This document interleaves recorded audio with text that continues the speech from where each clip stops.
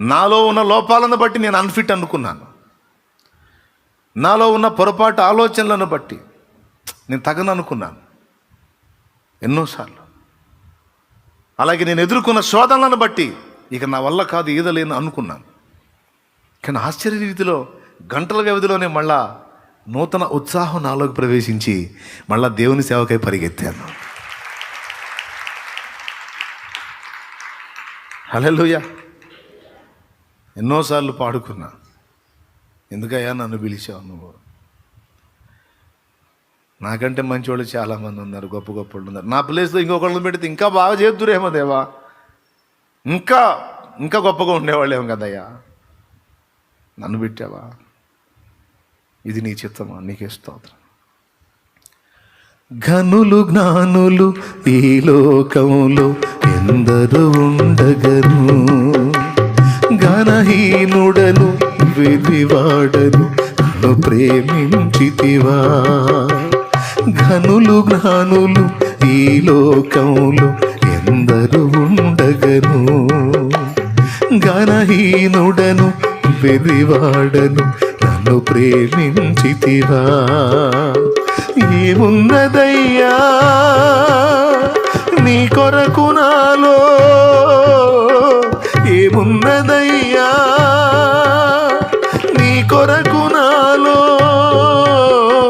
బలము నీదేను యేసయ్యా, బలహీనుడను నేనయ్యా.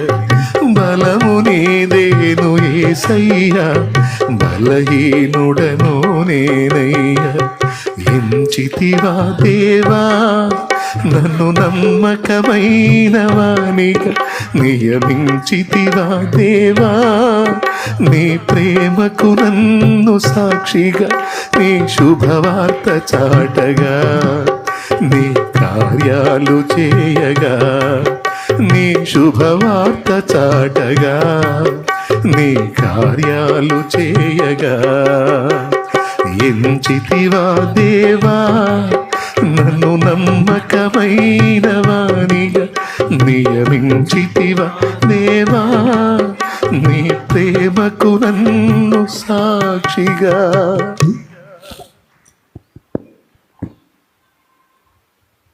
ఎన్నో పోరాటాలు, ఆటుపోట్లు, ఎన్నోసార్లు అనుకున్నలాగా దేవుని మహాకృప, నా బిడ్డల ప్రార్థన. ప్రియులారా, మీ ప్రార్థన ఉండాలి, ప్రోత్సాహం ఉండాలి, మీకోసం నా ప్రార్థన ఉండాలి. అవసరతో పోటు మార్చుకోవాలి కడుపు. మిమ్మల్ని నేను ఎంకరేజ్ చేయాలి, మీరు కూడా నన్ను ప్రోత్సహించాలి. నన్నే కదా, ప్రతి దైవజనుని విశ్వాసగణం ప్రోత్సహించాలి. ఏమండి, ఒకవేళ దైవజనుడు ఆశీర్వాదకరమైన స్థితిలో నీకు కనబడితే అభ్యంతరంగా భావించొద్దు. ఒకవేళ ఆయన సౌకర్యవంతంగా కనబడితే ఇన్సైడ్ ఎప్పుడు కూడా దరిద్రపు ఆలోచన రానివద్దు ప్లీజ్. ఓకే, ఎందుకో చెప్తున్నా. నువ్వు ఒక చక్కని 2 స్టేర్లు ఇల్లు కట్టుకున్నావు అనుకో, ఎప్పుడైనా దైవజనుడు ఇంతైనా ఫీల్ అవుతాడా? ఆయన ఇల్లు కట్టుకున్నట్టు ఆనందపడతాడు.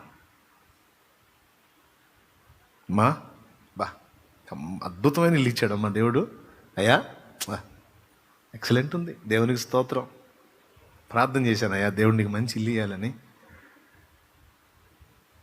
అంటాడు. హృదయపూర్వకంగా పలుకుతాడు. ఏ దైవజనుడు కూడా తన ఆత్మీయ బిడ్డ ఒక ఇల్లు కట్టుకుంటే వ్యసనపడడు, ఒక స్థాయిలో ఉంటే ఫీల్ అవ్వడు, ఇంకా కోరుకుంటాడు బాగుండాలని. ఒక వెహికల్ కొనుక్కుంటే, ఒక కారు కొనుక్కుంటే ఫీల్ అవ్వడు. అన్నా ఏసే కారు ఇచ్చాడన్నా అని తీసుకొస్తే, దేవా బిడ్డకు కారు ఇచ్చావా, నీకు స్తోత్రం తండ్రి, మంచి కారు ఇచ్చాడయ్యా దేవుడు, నీకు మంచి వెహికల్ ఇచ్చాడయ్యా అని మనసారా, అయ్యా నా బిడ్డ ఎటు వెళ్ళినా ఎటు వచ్చినా ఏ కీడు కలగకూడదయ్యా, ఎలాంటి యాక్సిడెంట్స్ గురి కాకూడదు, ఎలాంటి ప్రమాదాలకు గురి, మనసారా దీవించి ప్రార్థన చేసి ఎక్కి కూర్చొని సంతోషపడతాడు తన కారు కొన్నట్టు. మరి అదేవిధంగా దైవజనుడు దీవించబడితే విశ్వాసం ఎందుకు ఫీల్ అవుతాడు? విశ్వాసిగా నీకు అన్నీ కావాలా? నిన్ను నడిపించే ఆత్మీయ నాయకుడికి ఏది వద్దా? అడుక్కునే స్థితిలో ఉండాలా? చినిగిపోయిన చొక్కాలు కుట్టించుకొని అవి తొడుక్కొని ఈ పక్క సంచి తగిలించుకొని చెప్పులు తెగిపోయిన చెప్పులు కుట్టించుకొని అట్లా అట్లా అట్లా అంటే దీనత్వం. అసలు సేవకుడు ఎట్లుండాలా? ఎట్లుండాలా? గుంటూరు, విజయవాడ సెంటర్లలో కార్లు ఆగినప్పుడు వస్తారే, అట్టుండాలి సేవకుడు అంటే. ఎవరు? బెగ్గర్, భిక్షగాళ్ళు. అది అసలు సేవకుడు దీనత్వం. సేవకుడిగా దీనత్వపు కొలతలు. నువ్వేమో ఆశీర్వదించబడాలి అని ప్రార్థన చేయాలి దైవజనుడు. నీ ఆశీర్వాదం కోసం ప్రార్థన చేసే దైవజనుడు నీ బ్లెస్సింగ్ కోసం ఎదురు చూస్తుంటే నువ్వేం సేవకుడి దరిద్రపు స్థితిని ఎదురు చూస్తున్నావు. శత్రువు ఎంత మోసం చేస్తున్నాడో చూడు.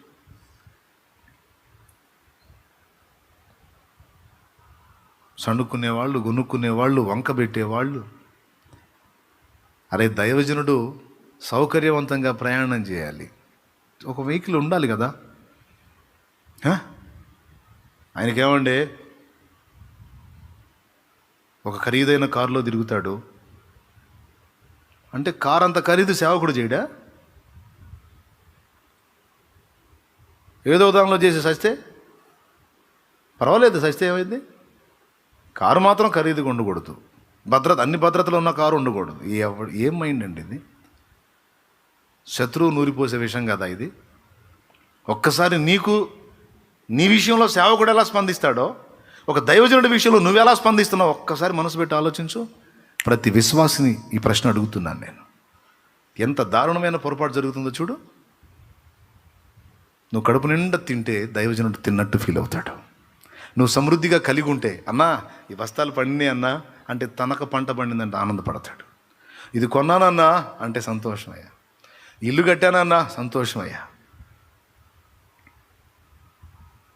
మరి అయ్యే అనుభవాలు దైవజనుడికి దేవుడిస్తే నీకెందుకు బాధ? అంటే నీ హృదయంలో పొరపాటు ఉంది. నువ్వు ఒక యథార్థమైన హృదయం కలిగిన వాడివైతే, దైవ భక్తి, దేవుని ప్రేమ నీలో ఉంటే ఎలాంటి హృదయం ఉంటుందో తెలుసా? నాకున్నా లేకపోయినా అన్నకుండాలి. నా బిడ్డల్లో ఆ మాట విన్నా నేను. అందుకే నా ఆత్మీయ బిడ్డలంటే నాకు అంత ఇష్టం. దేవునికి స్తోత్రం.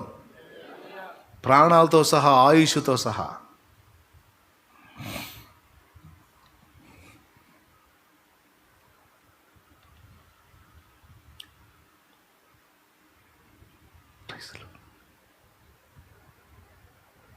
సాధ్యమైతే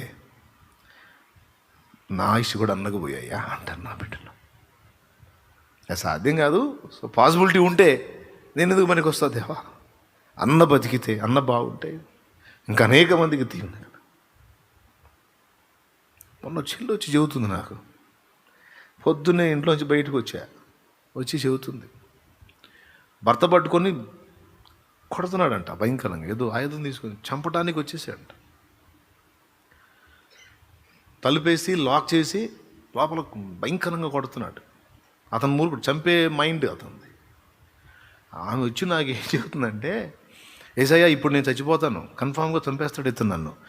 మరి నాకు ఇప్పుడు 30 కదా, ఇంకో 30 సంవత్సరాల ఆయుష్ కాలం ఉంటుంది కదా, ఒక 60 ఏళ్ళు బతికినా. నా ఆయుష్ శాలేమన్నకు పోయాయా అంటున్నాను.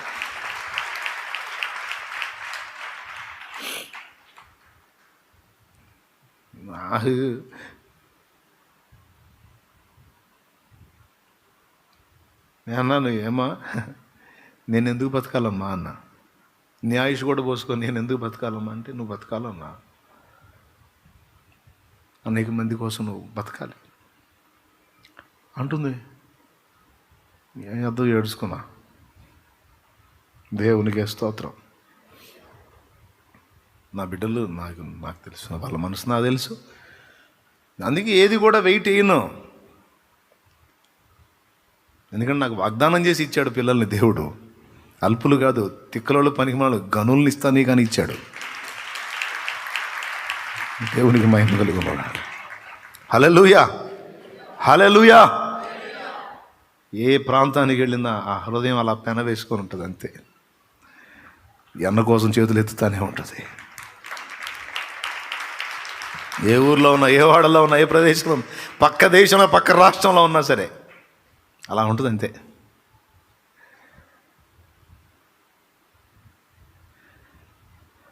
కానీ మిగిలిన దైవజనుల కోసం చెప్తున్నాను నేను. మిగిలిన దైవజనులు కొంతమంది పాపం నా దగ్గరికి వచ్చి బాధపడతారు. బ్రదర్, నేను వెహికల్ తీసుకున్నాను ఇట్లా అన్నారు బ్రదర్, ఇట్లా నన్ను తేడాగా చూస్తున్నాను బ్రదర్, నేను ఇలాగా హౌస్ కట్టుకున్న బ్రదర్ దేవుడు ఇచ్చిన దానిలోంచి ఇట్లా కామెంట్ చేస్తున్నారని బాధపడ్డ సేవకులు ఉన్నారు పాపం. నేను ఆలోచించాను, అరే దైవజనుడు పాపం విశ్వాసుల కోసం, వాళ్ళ క్షేమం కోసం, వాళ్ళ దీవెన కోసం ఎంత ఆలోచిస్తాడు, పొట్టమర్చుకుంటాడు. ఏంట్రా ఇది, విశ్వాసులు ఎందుకు అలా ఉన్నారు అంటే శత్రువు మోసం చేస్తున్నాడు వాళ్ళ హృదయాలని. అలా దైవజనుడి అభివృద్ధిని చూసి ఓర్వలేని స్థితిలో ఉంటే విశ్వాసి దీవించబడడు, శాపంలో ఉంటాడు. నేను కాదు, దైవజనుని క్షేమం నాకు ముఖ్యం, ఆయన బాగుంటే దేవుని పని బాగుంటుంది అని ఏ బిడ్డ హృదయపూర్వకంగా అనుకుంటారో వారు దీవించబడతారు.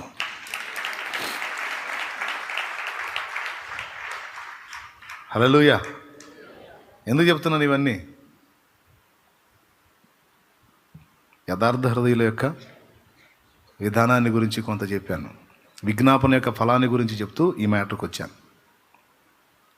వారి కోసం, ఇశ్రాయేలు సైన్యం కోసం మోషే చేతులెత్తితే జయం వచ్చింది.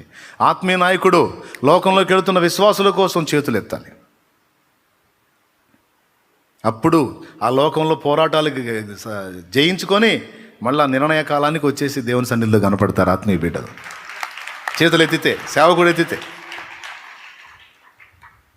సేవకుడు చేతులు ఎత్తలేదనుకో బిడ్డలు ఓడిపోతారు. అందుకే ప్రతి దైవజనుడికి ఈ బాధ్యత ఉంది. మనం మొర్ర పెట్టాలి, చేతులు ఎత్తాలి. బిడ్డల కోసం మన కన్నీళ్లు, మన కడుపులు మాడాలి, మన కన్నీళ్లు కారాలి. అప్పుడే బిడ్డలు ఎదుగుతారు, బలపడతారు, ఆత్మీయ ప్రగతి పొందుతారు, దేవుని శక్తి పొందుకుంటారు, వాళ్ళు నిలదొక్కుతారు, అనేక మందిని రక్షించగలుగుతారు, అనేక మందిని కాపాడగలుగుతారు, అనేక మందికి ప్రకటించగలుగుతారు.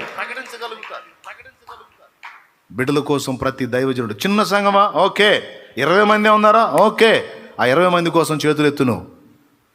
వాళ్ళని నా దేవుడు అభిషేకించి బలపరిచి వాళ్ళే ఆత్మలను సంపాదించేటట్టు చేస్తాడు దేవుడు. ఆ తర్వాత దేవుడు విస్తరింపజేస్తాడు నీ పరిచర్య. 25 కాస్త 200గా మారుస్తాడు ఆయన. 200 కాస్త 2000 ఆత్మలుగా దేవుడు చేయగలడు.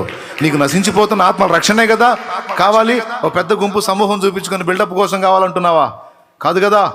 ఆత్మలో ఎన్ని ఆత్మల్ని నేను నరకం నుంచి కాపాడగలిగితే అంత మంచిది. నాకు ఆత్మల రక్షణ కావాలి అనే కదా యథార్థమైన భారం. దేవుడు కార్యం చేస్తాడు.